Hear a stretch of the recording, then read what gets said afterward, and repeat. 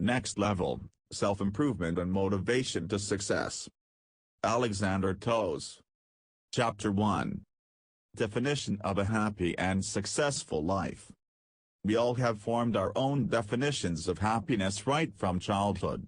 A lot of these perceptions are because of conditioned development, that is, they are a part of our habits due to repetitive inculcation by parents, teachers and the society in general. That is why none of us has actually pondered about what exactly makes us feel happy. This feeling has been left to our subconscious and we simply feel the happiness according to the situation we are in. A lot of small things can give happiness to us. For instance, just the thought of shopping or spending money tends to excite us and makes us feel happy. Opportunities and new ideas also have a similar effect on us. This excited state makes us imagine things related to these incidents. For example, the perspective of going on vacation while getting an office bonus would not only make us excited, but also make us plan and imagine the holiday.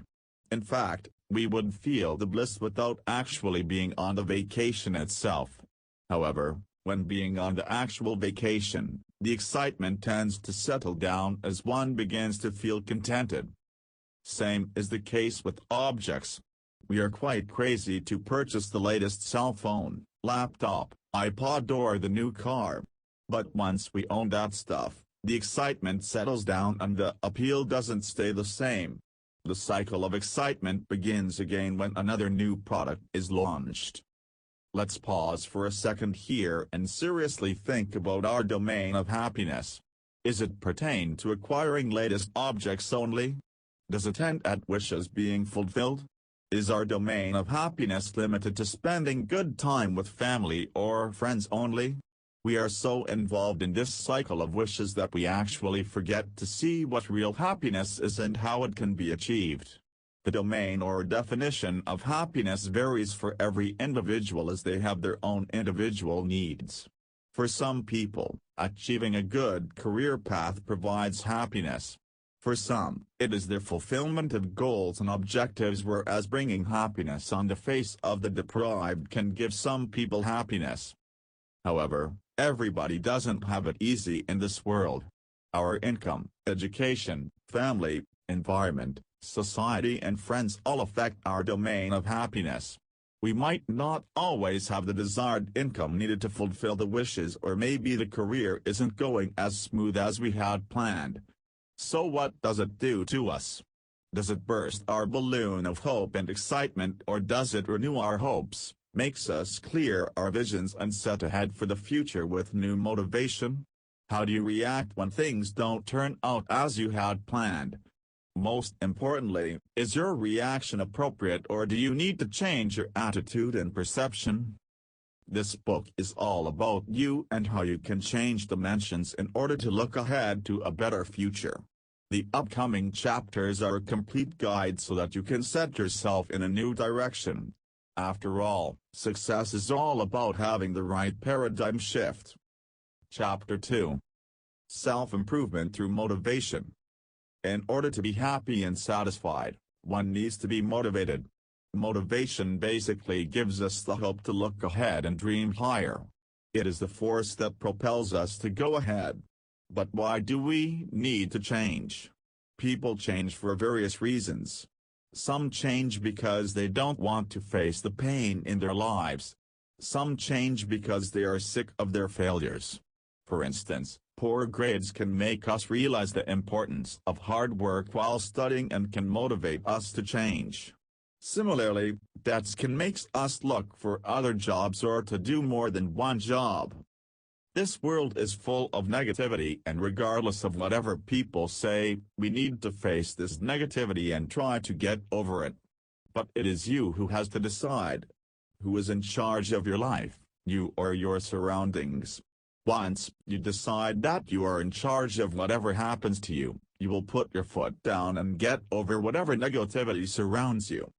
It is easy for us to remain in the shelter of our comfort zone, but have you ever tried stepping out of your comfort zone and take a sneak peek into what lies beyond? What exactly prevents you from doing so? Failure? Fears? Shame? The basic thing that you need to improve yourself is first, to have a goal and set some objectives. Once you know where you are headed towards, you will easily maintain your focus and not be strayed away by anything that hinders your path. Next is to set some concrete plans which can enable you to go for your goals. While planning, don't just think within your comfort zone. Step out of the box in order to discover and newer you. Identify your problems and limitations and use techniques to get over them. Make sure that you know what your weaknesses are and correct them while being in the domain of the ethical values that you cherish. Execute your plan and don't worry whether you have succeeded or not. Failures would not break you, but rather would strengthen you. Rework your plans if they fail, identify loopholes and use methods which help you overcome these loopholes. Every failure teaches you what to avoid and ends in giving you a big lesson. Learn from these lessons so that you can strengthen the newer you.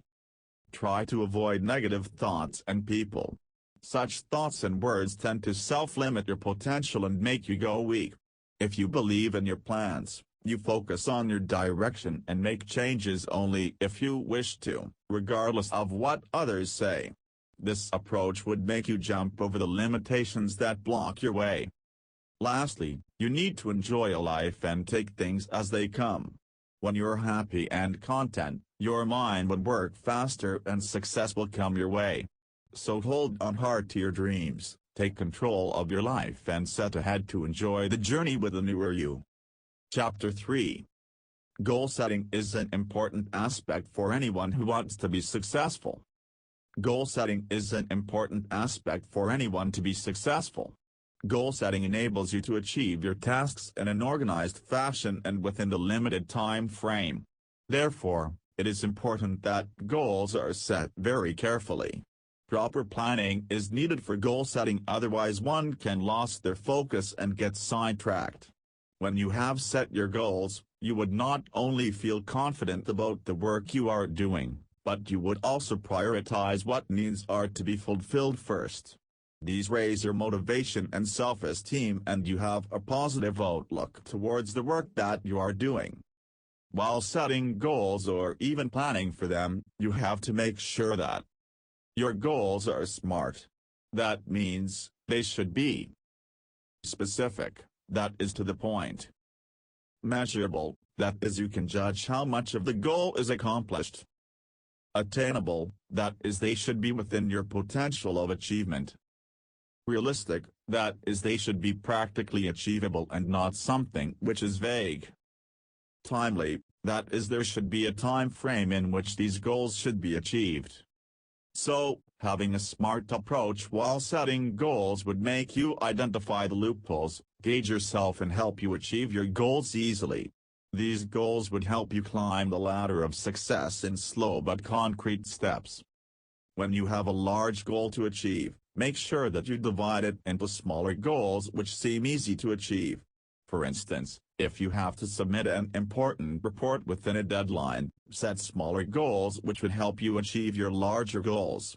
In this case, steps such as hypothesis, data collection, result analysis and compilation can be the smaller steps which would help to achieve the goal of report submission. Deadlines should always be associated with smaller goals too, so that as you cross them, you are aware of your progress and the work done. The major part of goal setting is that it should not be rigid. Goals should be set such that they are attainable and flexible. Flexibility doesn't mean to be very lenient with the goals, but rather, you should perk up your goal plan as you go along with it. Perking it up would make you correct the problems which you face in the implementation of your goal plan. So, time your goals well, perk them up regularly and plan them according to your priorities so that you don't end up losing the game. There are many types of goals that you can set, such as professional goals, creative goals, personal goals, family goals, educational goals, financial goals and so on. By categorizing your lifetime goals, you would be able to make sure that nothing is left out. Line up your goals so that you know what to prioritize first and when to execute it. Goal setting not only helps you plan your life, but it also enables you to ensure that you are in control of your life. Setting SMART goals this way ensures their timely completion as well as reduces your stress levels. Chapter 4. That distinction between goals and values. You might find interesting to know that everyone in this world is administered by values. Our values and beliefs are reflected through the decisions we make to lead our lives effectively. We adopt certain values from our family, sometimes society, or at times we just have them within us. Positive values can be adopted at any pace of life. Make sure the value to pursue has a positive, strong and integral effect on your life. Since you move within a society, it's necessary to espouse such values that meet the demands of society. Prior to any other discussion, you need to know the difference between values and goals. Values are not goals, however they are interrelated with goals and are highly dependent on them. Goals reflect targets, whereas positive values form base of a successful life. You need some basis to lead your life, some beliefs and deeds that drive and support the purpose of your decisions. Effective values always influence your decisions positively and help you choose the right path to success. While dealing with our clients, we make sure he is aware of the effectiveness of positive values and is highly articulated with them. Jotting down the values is a good way to preserve them in our lives. Thinking for ways to kill your time in bright sunny days, writing about right and wrong decisions you have made in your past, considering the aspects of excitement and motivation in your life, or pondering about the actions that may add stability provides you edges to realize what actuality values possesses in your life. Moreover, you will be clear to differentiate between positive and negative values that influence your life. You further need to know that your jotting of the values should be in present tense rather in past. For instance, write "I am stable financially more willingly than I will be stable financially." All you need is to classify your values and jot them according to your priority. While writing "I am stable financially," you can add other values like "I pay my liabilities on time. At the end of the month I am able to save some amount and I review my insurance regularly." You can state your values to the areas of family, friends, community, morals, education, career, health, finances and recreation. Jotting your values and further classifying them might take time, but once you are through this course, you will surely be clear about what your values are and how they influence your actions. Don't hesitate in giving time to identify your values, since they are the basis on which you set up your goals. You become clear on what values have influenced your life positively and negatively as well. At times when you are in state of making a lifetime decision, you definitely need a clear vision of your potentials.